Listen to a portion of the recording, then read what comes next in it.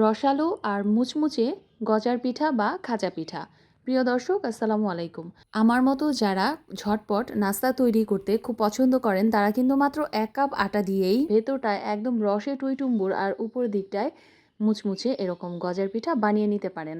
প্রথমেই আমি একটা মিক্সিং বোলে নিয়ে নিচ্ছি ১ কাপ আটা, তারপর পরিমাণ মতো লবণ আর দিয়ে দিচ্ছি ১ টেবিল চামচ সয়াবিন তেল। এখন এই ৩টা উপকরণকে ভালোভাবে মিশিয়ে নিতে হবে। মেশানোর সময় খেয়াল রাখতে হবে যেন আটা আর তেলটা খুব ভালোভাবে মিশে যায়। ২ থেকে ৩ মিনিট এভাবে মিশিয়ে নেওয়ার পর আমি এর মধ্যে দিয়ে দিব কালো জিরা। কালো জিরাটা দিলে কিন্তু গজারের টেস্ট ভালো হয়। আমার কাছে ভালো লাগে আর কি, এটা অপশনাল, চাইলে নাও দিতে পারেন। তারপর রুম টেম্পারেচারে নর্মাল পানি দিয়ে আমি একটা ডো তৈরি করে নিব, যতটুকু পানি আমার প্রয়োজন হয় আর কি। তারপর একটা ডো তৈরি করে এটাকে আমি ১০ থেকে ১৫ মিনিটের জন্য রেস্টে রেখে দিব। আর এই ১৫ মিনিটে আটার ডোটা কিন্তু একটু সফট হয়ে যাবে আর মাঝখানে যে কাজটুকু বাকি আছে সেই বাকি কাজগুলো আমি করে নিব। তো এই তো তৈরি হয়ে গেল ডোটা। এখন আমি ঢেকে রেখে দিলাম একটা সাইডে। এখন চুলায় একটা মিল্ক প্যানে আমি দিয়ে দিলাম 1/2 কাপ চিনি, তারপর দিয়ে দিলাম 1/2 কাপের মতো পানি। পরিমাণটা আপনারা বুঝেই দিবেন। যদি আপনারা একটু বেশি পরিমাণে বানান তাহলে কিন্তু ১ কাপ চিনি আর ১ কাপ পানি দিলেও হবে। তারপর আমি ২টা এলাচ দিয়ে দিয়েছি।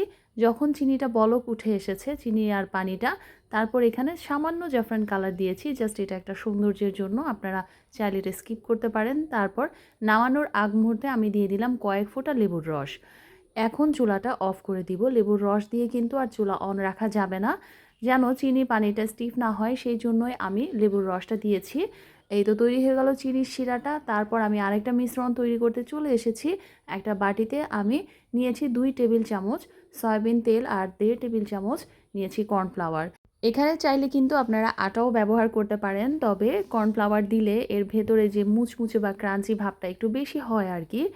তো আমি এখন ওই মিশ্রণটা তৈরি করে রেখে দিয়ে এই যে আমি ডোটা তৈরি করে রেখেছিলাম সেটা চেক করতে আসলাম, অনেকটাই সফট হয়ে গিয়েছে। আর মিনিট খানেক এটাকে ময়ান করে নিয়ে আমি একটা সারফেসে ছোট ছোট করে লেচি কেটে নিব। প্রিয় দর্শক, আমি কিন্তু সবসময় চেষ্টা করি যে কোনো রেসিপি আপনাদের সাথে সহজভাবে শেয়ার করার জন্য। আমার রেসিপিগুলো ভালো লেগে থাকলে প্লিজ আমার চ্যানেলটাকে সাবস্ক্রাইব করার অনুরোধ রইল। আর যারা ফেসবুক পেজ থেকে দেখছেন আমার পেজটাকে কাইন্ডলি একটু ফলো করে দিয়ে যাবেন, যেন পরবর্তীতে এরকম ইজি রেসিপিগুলো আপনারা খুব সহজেই দেখতে পারেন। একটা লাইক কমেন্ট করতে কিন্তু অবশ্যই ভুলে যাবেন না, কারণ আপনাদের এই ছোট ছোট সাপোর্টগুলো আমাকে সামনের দিকে এগিয়ে যেতে অনেকটাই উৎসাহ দেয়। আচ্ছা, কথা বলতে বলতে এদিক দিয়ে আমি ছোট ছোট লিচি কেটে নিয়েছিলাম অনেকগুলোই, ৫ থেকে ৬টা। তারপর প্রতিটা লিচি আমি আলাদা করে রেখে একটা লিচি দিয়ে আমি কিন্তু যতটা সম্ভব পাতলা করে রুটি বেলে নেওয়ার চেষ্টা করছি, যদিও আমি রুটি বানাতে ততটা এক্সপার্ট না। যতটা সম্ভব পাতলা এবং একটু লম্বা টাইপের লম্বা শেপের রুটি তৈরি করে নিলে কিন্তু ভালো হয়। এভাবে আমি ৫ থেকে ৬টাই রুটি তৈরি করে নিয়েছি আর পাতলা করে তৈরি করেছি। এখন একটা রুটির মধ্যে আমি ওই যে মিশ্রণটা তৈরি করে রেখেছিলাম কর্নফ্লাওয়ার আর তেলের, এটা ব্রাশ করে দিচ্ছি। তার উপর আরেকটা রুটি দিয়ে এভাবে ৬টা রুটির মধ্যেই একই পদ্ধতিতে আমি কর্নফ্লাওয়ার ব্রাশ করে দিয়ে তারপর সেট করে নিয়েছি সবগুলো রুটি। এখন একটা পিৎজা কাটার দিয়ে আমি লম্বা লম্বা এভাবে শেপ করে নিয়ে কেটে নিচ্ছি। আপনারা দেখতেই পারছেন। আপনারা চাইলে কিন্তু ছুরির সাহায্যেও এভাবে লম্বা ফালি করে রুটিগুলোকে কেটে নিতে পারেন। এখন প্রত্যেকটা রুটির এই লম্বা ফালিগুলো আমি আলাদা করে ফেলবো আর একটা ফালি শুধু এভাবে সারফেসে রেখে ওই যে কর্নফ্লাওয়ারের যে মিশ্রণটা তৈরি করে রেখেছিলাম সেটাই আবারও এটার উপরে ব্রাশ করে দিব। দিয়ে দেওয়ার পর আস্তে আস্তে মানে আলতোভাবে এটাকে ফোল্ড করে দিতে হবে। আর প্রত্যেকটা রুটির এই যে কাটা অংশ প্রত্যেকটাকেই আমি একই পদ্ধতিতে এভাবে কর্নফ্লাওয়ার দিয়ে তারপর পেঁচিয়ে নিব। এই তো হয়ে গেল, দেখতেই পাচ্ছেন। এখন কিন্তু কাজ একদম 90% শেষ। গোল গোল করে পেঁচিয়ে প্রত্যেকটা লিচি আমি তৈরি করে নিয়েছি। এখন আলতোভাবে হাতের সাহায্যে চেপে চেপে, আমি কিন্তু এখানে ব্যালনের ইউজ করব না, হাতের সাহায্যে চেপে চেপেই কিন্তু এটা আপনারা তৈরি করে নিতে পারবেন। আর এই গজাটা কিন্তু তৈরি করে নেওয়াটাও যতটা ইজি আর খেতেও মাশাল্লাহ অনেক টেস্টি। তো একটা সাইড আমি একটু কোনা করে দিচ্ছি, আপনারা ভিডিওতে নিশ্চয়ই দেখে বুঝতে পারছেন। এটা জাস্ট সম্পূর্ণই অপশনাল, আমি দেখার সৌন্দর্যের জন্য যেন একটু সুন্দর লাগে এই কারণেই আমি কিন্তু এটাকে এই পদ্ধতিতে তৈরি করে নিচ্ছি। তবে যাই বলেন না কেন, আমার এই লাভ শেপের গজারগুলো কিন্তু দেখতে মন্দ লাগছিল না। বানানোর পর এটা এত সুন্দর হয়েছিল আর আমার মেয়ে তো দেখে খুবই খুশি। ঠিক একই পদ্ধতিতে প্রতিটা লিচি দিয়েই আমি লাভ শেপের গজারগুলো বানিয়ে নিব। আপনারা চাইলে কিন্তু গোল শেপ বা লম্বা শেপ করে তৈরি করে নিতে পারেন, তারপর তেলে ভেজে নিলেই হবে। আমি একটু আগেই বলেছি যে একটু দেখার সৌন্দর্যের জন্য এভাবে তৈরি করে নিচ্ছি।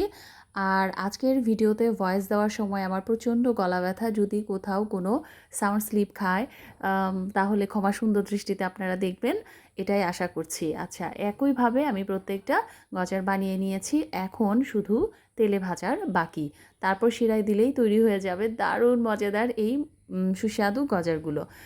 আর যখন ঈদের দিন সকালবেলায় বা মেহমানদারিতে এভাবে ঝটপট আপনারা গজা তৈরি করে দিবেন বা এই পিঠাটি তৈরি করে দিবেন, দেখতেও যেমন সুন্দর লাগবে আর মেহমানরাও কিন্তু আগ্রহ নিয়ে খাবে। আর এটা খেতেও মাশাআল্লাহ অনেক টেস্টি, ভেতরের দিকটায় লেয়ার ভরা থাকে একদম আর খুবই ক্রিস্পি হয়। তারপর ওই যে শিরাটা আমি তৈরি করে রেখেছিলাম, এটার ভেতরেই আমি এক কতটুকু 10 থেকে 15 সেকেন্ডের মতো রেখে আবার উঠিয়ে নিতে হবে। আর ভাজার সময় অবশ্যই একদম লো মিডিয়াম হিটে সময় নিয়ে ভাজতে হবে, যেন ভেতরের যে লেয়ারগুলো সেগুলো সম্পূর্ণভাবে কুক হয়ে যায়। অবশ্যই এই বিষয়টা খেয়াল রাখতে হবে। আপনারা চাইলে কিন্তু আরেকটু পাতলা করে বা আরেকটু বড় করেও তৈরি করে নিতে পারেন, যেন ভেতরের দিকটায় কুক হয় ঠিকভাবে, প্রপারভাবে। তাহলে আজকে ইজি নাস্তার রেসিপিটা এই পর্যন্তই। ভিডিওটা যদিও লম্বা হয়ে গিয়েছে, ডিটেলসে দেখাতে গেলে আসলে ভিডিওটা একটু লম্বা হয়েই যায়। তো আমি আশা করব যে আমার আজকের ভিডিওটা আপনাদের ভালো লেগেছে। আবার কথা হবে পরবর্তী নতুন কোনো ভিডিওতে। আল্লাহ হাফেজ।